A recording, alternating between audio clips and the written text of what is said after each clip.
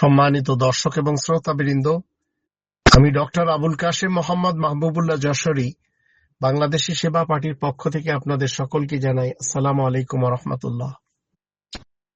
আপনারা শুনেছিলেন আমাদের দেশের বিশেষ ভারতের পা চাটা বলেছিল পাকিস্তানের নাম নিলে বিরাস করতে হয়। আবার কুষ্টিয়ার এসপি বলেছিল পেয়ারা পাকিস্তানে চলে যেতে। বিশ্বাস করেন, এই লোকগুলি হচ্ছে গাদ্দার, এই লোকগুলি হচ্ছে দেশদ্রোহী।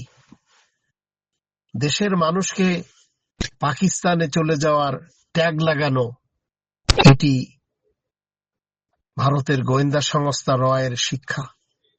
অথচ আমরা এটাও জানি, বিমানে যখন আমাদেরই বাংলাদেশি অসুস্থ হয়েছিল, সে বিমান নামতে দেয়নি ভারতে, পাকিস্তানে নামতে দেওয়া হয়েছে। সেখানে আবার তারা চিকিৎসাও করেছে। এটাই ভারত এবং পাকিস্তানের মাঝে পার্থক্য।